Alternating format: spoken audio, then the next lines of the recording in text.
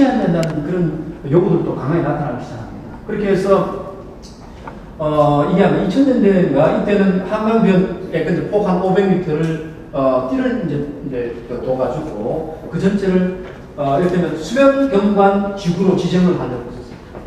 그러면 높이라든가 용적률이라든가 이거에 대한 이제 규제가 따라갑니다. 하지만 아다시피 이미 아파트가 들어선 곳에서 재건축 같은 걸 해야 될 필요성이 있는 그런 곳에서 그런 것을 통제하는 수변경관 지구의 지정이라는 것은 자연스럽게 엄청난 반발과 저항을 살 수밖에 없죠. 그렇죠. 그렇게 해서 결국은 이런 제도의 도입이 무산이 됩니다. 그렇게 해서 오성시장 시절을 거치면서 이 주민들은 그야말로 한강변에 사는 주민들은 엄청난 욕망을 갖고 있는 거예요. 50층짜리 있고 100층짜리 짓는 게 기대하고 특히 오성시장 때는 한강의 전략 전기축구에서 그런 지역 같은 경우 56층을 허용했어요. 왜 허용을 했느냐면 56층 지도를 하겠다. 대신 일부 내놓으라. 일부의 땅이라든가 비용을 내놓은 걸 가지고 앞에 뭡니까 이 터널을 만들거나 공을 만들거나 이렇게 하려고 그렇게 해서 이제 주민들은 사업성이라는 이제 이유를 내세워가지고 초고초를 해왔는데 그것이 바로 박원 시장이 들었으면서 그 모든 사업들이 이제 중단이 되는 거예요. 지금은 서울 같은 경우에 높이를 35층으로 최대 높이를 획기적으로 규정하고 있습니다. 자, 이걸 둘러싸고 끊임없이 지금 또 싸우고 자, 그래서 이제 그 한강변에 이제 정비라는 것이 본격화 되면서부터 알게 모르게 한강은 훨씬 더 우리 어떤 개발 욕망의 대상이 되거든요. 이런 이제 현상이 생겼고 그만큼 자연을 우리가 관리하기 힘들어버리고 자연성을 복원하기 힘들어버리고 이런 조건이 더 두드러졌다는 그런 이야기입니다. 자, 거기에서 이제 흐름의 끝자락에 나왔던 것이 바로 오세훈시장 때의 정책입니다.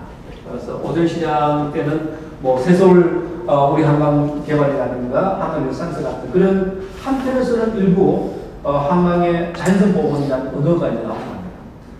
이것이 이수 단계를 훨씬 지나서 그야말로 재건축 같은 이런 이제 것을 해야 되는 그야말로 그도 극단적인 이수 단계죠.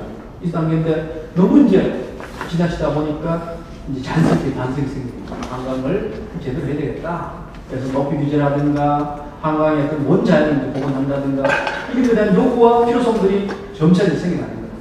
자, 이제 그런 과도기 때 나왔던 두 가지 정책이 바로 2000년에 나왔던 새서울 한강 개발이고요. 그 다음에 이제 나왔던 것이 바로 한강 르네상스입니다. 뭐 시간이 많이 지났기 때문에 내가 이제 앞에 건 생략하고 한강 르네상스라는 것이 오세훈시장 때 나왔던 정책입니다만 2007년에 발표된 정책인데요. 여기서 보면 그 목표가 한강의 회복과 창조를 많이 쓰였습니다. 그래서 얼핏 보면 말입니다. 한강의 회복과 창조라는 이 한강 르네상스라는 얼핏 보면 서울시장 하에서 한강 자연성 회복과 크게 다르지 않아요. 그렇게 해서 나왔던 정책들이 아까 내가 소개했던 뭐 세뱃둥둥섬이라든가 이런 것들이 그때 나왔습니다. 자, 그렇게 해서 한강에 이를테면 고수부지를 자연을 돌려내고 호환은 일부이고 호환은 일부 자연호환을 깎아내고 이런 것들이 사업으로 다 포함되어 있었어요. 자, 그만큼 오세훈시장 때 도입됐던 한강 르네상스 이 정책도 이미 이수단계에 지나서 남대로 자연보건의 어떤 그런 것들을 강조해가는 이런 경향 입장과 내용을 이제 갖습니다만 근데 막상 사업을 할 때 가면 실제 사업은 여전히 한강을 치수와 이수의 대상으로 삼는 쉽게 말해서 자연이라는 것은 무늬로만 이제 그래서 간주가 됩니다. 이런 이제 환경이다 보니까 우리가 환경주의자들은 오세훈시장에 겉으로는 한강의 자연성 보호이라고 내세웠음에도 불구하고 동의하지 않고 반대를 까다로운 그 자연에 대한 진정한 마음이 있다는 겁니다. 이해되시나요? 자, 그렇게 해서 이 한강 르네상스 사업은 많은 성과와 많은 사업을 이뤘음에도 불구하고 이를테면 뭐 대표적으로 보면 한강의 항로를 바꾼다든가 워터프론트를 조성한다든가 한강변의 경관을 개선한다든가 특히 논란이 됐던 서해백길 조성 사업을 뭐 그때 했죠. 그 다음에 뭐 에코 네트워크를 만든다든가 특히 한강의 이용성을 높이기 위해서 이른바 개구멍이라는 걸 들어봤어요? 도끼구. 한강 이제 제방 밑에 뚫려 있는 사람들이 거행할 수 있는 그 터널 있잖아요. 그걸 이제 토끼굴이라고 그러죠. 그래서 토끼굴을 그 당시에 얼만큼 이제 설치냐. 이를테면 500m마다 하나씩 해서 300m 하나씩. 그렇게 해서 한강변에 사는 사람들은 모두 10분 이내에 한강을 접근할 수 있는 거예요. 그렇게 해서 한강에 이 토끼굴이 이때 대대적으로 설치가 됐어요. 대대적으로. 그렇게 해서 지금같이 6천만 명의 사람이 한강을 일시에 이용할 수 있는 정도, 일시는 아니지만 이용할 수 있는 정도의 그 정도의 접근성이 양호했던 것은 여러 가지 있습니다만 토끼굴 같은 사업이 있습니다. 그게 바로 한강 르네상스 사업에서 추진되고 지금 또 그 정책은 서울시에서는 버리지가 않고 있습니다. 다시 말해서 그 좋은 한강 누구나 다 이용할 수 있다 해가지고 접근성을 확보하고 높이기 위한 것으로서의 어떤 그런 토끼굴이라든가 뭐 그다음에 그대로 넘어가는 거예요. 예컨대 망원동 초록길 같은 거 이런 식으로 해서 끊임없이 사람들이 한강에 쉽게 갈 수 있는 그런 여러 가지 장치들을 지금도 서울시는 하고 있습니다. 쉽게 말해서 서울시 치평구는 지금으로서 사람 없죠. 서울 치평구는 여전히 한강 르네상스식 사업을 하고 있죠. 그래서 우리 위원회 참여하는 사람들은 늘 이제 갈등을 이제 치평구와 갈등이죠. 그렇죠? 자, 뭐 한강 르네상스 한번 내가 자세한 설명은 생략하고 하고요. 쭉 지날게요. 그렇게 해서 이제 한강의 가치를 이제 우리가 다시 한번 새롭게 이제 봐야 할 그런 부분까지 왔는데, 결국은 서울 속의 한강이라는 것은 결국은 사람들의 삶 속에 그냥 그 포함이 되어버려서 자연스럽게 억압되어버린 이런 이제 하나의 그 모습과 문제점을 계속 가지고 왔다는 겁니다. 그래서 읽어보면 한강 종합개발을 거치면서 한강은 서울의 중심부로 들어오게 되었다. 서울 밖 한강이 이제 서울 속 한강으로 전환이 되었고 한강의 자연성은 고밀도로 개발된 도시에 의해서 전면 규정되게 되었고 한강 관리 또한 서울시 도시의 관리 틀에서 이루어지게 됐고 한강은 이제는 도시의 시설과 같은 그런 것으로 전략이 개발됩니다. 자, 이 서울의 어떤 그 도시계획 속에서 한강은 남북을 분절하면서도 동서교통 흐름의 중심축을 이루고 있고 이러한 특성으로 인해서 한강은 서울 공간 조직의 일부이면서 혹은 다른 공간 조직들과 유기적으로 통합하지 못하는 서울 속이 들어왔지만 여전히 주변과 다른 어떤 그런 부분과 유기적으로 결합되지 못하는 아까 얘기했죠? 가까이 하기는 먼 남지는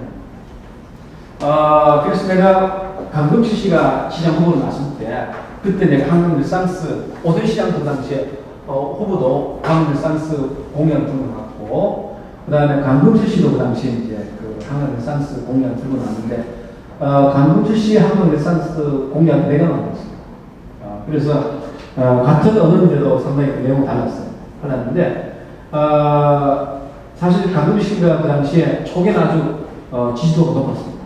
그래서 이 한강 사업을 가지고 상당히 이제 메인 어떤 그런 선거 전략으로 삼을 하고 있었는데 오세훈 씨가 갑자기 나오면서부터 이 양반이 이렇게 떨어졌다. 그렇게 해서 한강 비전이랄까 한강 르네상스 비전 이런 것들을 우리 준비했다고 발표를 못했어요. 그때 어떻게 발표하도록 했었냐면 한강 중앙에서 어느 섬을 빌려가지고 거기서 한강을 이제는 서울을 통합적으로 만드는 하나의 장으로서 만들겠다. 1km 정도 되는 이 한강을 양쪽으로 남북을 분리시키는 한강이 아니라 남북을 아우르는 서울 하나를 만드는 그런 강으로 그런 강이 될 수 있도록 그런 서울이 될 수 있도록 한강을 이제 바꾸겠다 이런 이제 정책을 발표하려고 했어요. 그러면서 강남 사람 그다음에 강북 사람들이 서울에 한강 복판을 만나가지고 한강을 만들겠다는 선언하는 그런 퍼포먼스를 하려고 계획을 세워놨다가 오세훈 시장이 출마하면서 인기가 막 올라가니까 결국은 발표 못했어요. 그래서 지금도 내가 아쉽게 생각합니다. 지금도 한강을 우리가 접근하면서도 정책을 접근하면서 여전히 한강을 하나의 그 대상하지 한강 속에 들어가서 내지 한강 속에 우리가 들어가지고 한강을 어떻게 주변을 같이 할 것인가 이런 생각을 제대로 못하고 있어요. 최근에 이제 서울시가 이를테면 현대차 부지 있잖아요. 영동에 현재 부지 그게 커다란 이제 뭐 국제 복합 문화 국제 교류 복합지구를 조성하고 있는데 이게 강남 사람한테 엄청나게 도움이 됩니다. 강북 사람한테 도움이 안 되잖아요.